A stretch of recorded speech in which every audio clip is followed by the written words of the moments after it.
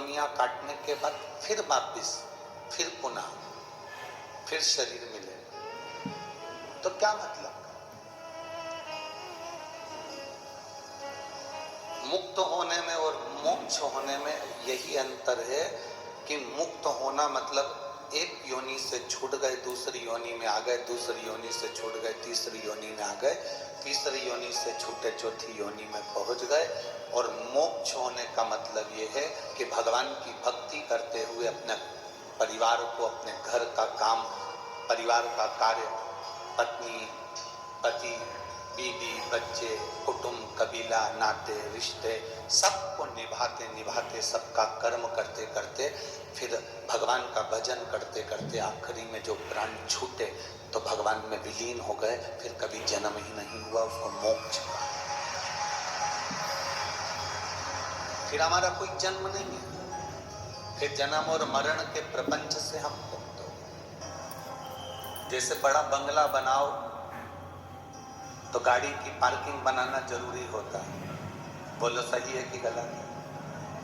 अब तुमने बंगला तो बहुत बड़ा बना लिया, घर तो बहुत बड़ा बना लिया और गाड़ी की पार्किंग ही नहीं बनाई, तो गाड़ी बाहर रखी रहेगी तो कोई भी चिल्ला चोट करेगा, शब्द कहेगा, गाली देगा, ताने देगा, निकल कर जाएगा तो वो बार बार गाड़ी में हाथ लगाएगा, कुछ ना कुछ प्रॉब्लम देगा, कुछ ना कुछ परेशानी होगा।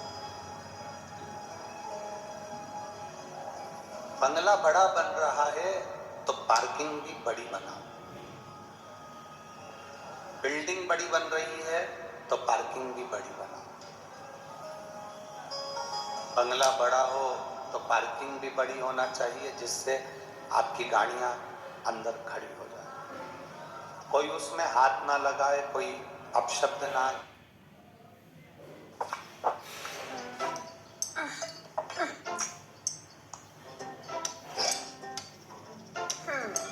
अगर मैं कल नहीं रहा तो क्या करोगे तुम? मेरा मतलब कल मैच है ना, इसीलिए।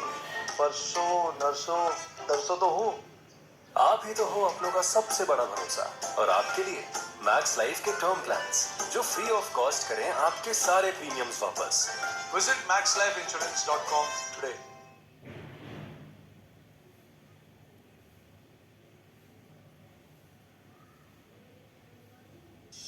A 35-year-old engineer, Ramesh, cares deeply about his family. He buys a 1 crore life cover with an additional 1 crore accidental death benefit optional for his family. 4 years later, unfortunately, he meets with a fatal accident. His wife gets a lump sum payout of 2 crores on his demise. Secure your family like Ramesh with ICICI Pru iProtect Smart Term Plan.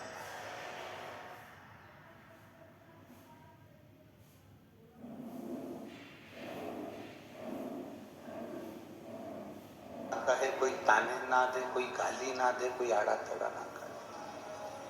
बड़े बंगले में parking बड़ी बनाना चाहिए, छोटे बंगले में parking छोटी बनाना चाहिए, पर अपने घर को बनाओ तो पार्किंग जरूर बनाओ।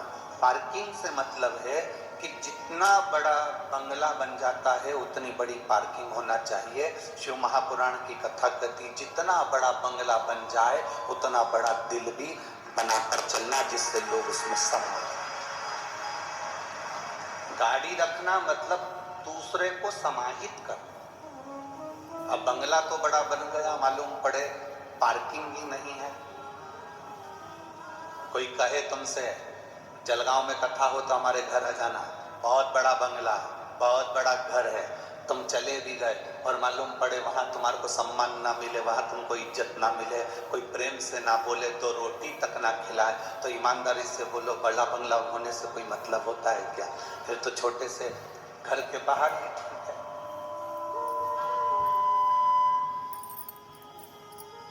फिर बड़ा बंगला होने से मतलब क्या?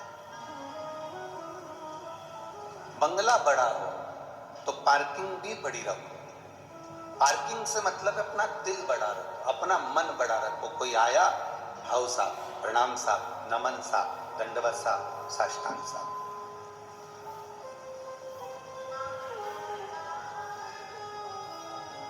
हम बंगले तो बड़े बना रहे हैं, हम घर तो बड़े बना रहे हैं, पर मन हमारा छोटा होते चले जा रहा है। हमारा मन, हमारा दिल छोटा होते चले जा रहा है। जितने बड़े बड़े पद पर हम जाते जाते हैं, उतना उतना हम अंदर से छोटे होते चले जाते हैं। आपसे एक बात पूछें, जलगांव की जीजियों और मेरे जलगांव के जीजाओं, आज के समय में मेहमान ज्यादा आते हैं कि पहले के समय में ज्यादा आते थे? पहले के समय में मेहमान ज्यादा आते थे। क्यों? पहले के समय में दिखावा नहीं था, मेहनत करता था आदमी और दिल से कमाता था, और जो कमा कर लाता था वो मेहमान को भी खिलाता था, खुद भी खाता था और चैन की जिंदगी जीता था। आज के समय में मेहमान नहीं आते। मेहमान होटल में कमरा लेना पसंद करेंगे, मेहमान अलग से लॉज में रुकना पसंद करेंगे, पर आपको फोन कर कर नहीं बोलेंगे कि हम जलगांव आए हैं तो हम तुम्हारे यहाँ आ रहे हैं कि हम तुम्हारे यहाँ रुकेंगे।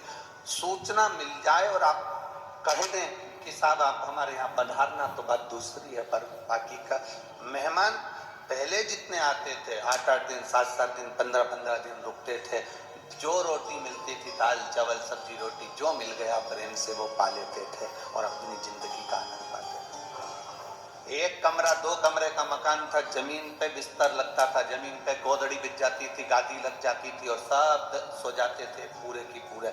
गर्मी होती थी तो घर के बाहर दरी डालकर सो जाते थे, और बारिश हुई तो अंदर।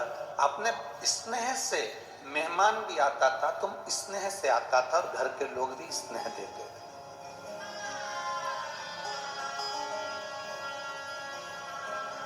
हमने पहले कथा में एक बार कहा था, मकान देखकर किसी के यहाँ मत जाना, अगर किसी के यहाँ जाना तो मन देखकर जाना कि मन अच्छा है।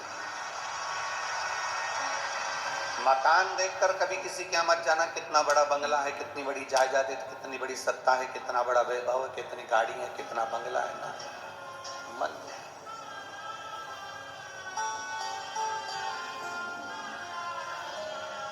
33 कोटि देवताओं में आप देवाधिदेव महादेव के पास जाएं तो ये जानकर जाना कि शिव का मन कितना बड़ा है।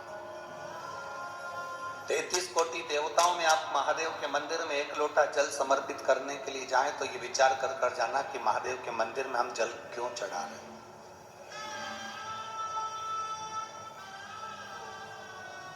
किसी बड़े दिल वाले से मिलना और किसी बड़े घर वाले से मिलना। बड़े घर वाले से मिलोगे तो अलग मतलब मालूम पड़ेगा, बड़े दिल वाले से मिलोगे तो अलग मालूम पड़ेगा। मेरा महादेव घर भले बड़ा ना हो, सोने का मुकुट मेरे महादेव का भले ना हो, उसको हीरे के जेवर भले ना पहना हो, मेरा महादेव सांप गले में पड़ा, सांप गले में पड़ा है, कानों में बिच्छू पड़ा है, मस्तक पर चंद्र धरा है, गंगा निरंतर बह रही है, कोई दिखावा नहीं है, कोई दिखावा नहीं। मृग चर्म धारण करा हुआ है मेरा महादेव, सुंदर धतूरे का श्रृंगार है मेरे महादेव का, बेलपत्र एक मस्तक पर शोभित हो रही है, तन पर भस्म रमी है मेरे महादेव की, कोई दिखावा नहीं। महल नहीं बड़ा, सोना चांदी नहीं बड़ा, पर मेरे महादेव के पास में जो गया वो खाली ना गया, उसका दिल बहुत बड़ा, उसका दिल, उसका हृदय बहुत बड़ा, मन बहुत बड़ा, उसकी चित्तवृत्ति बहुत बड़ी।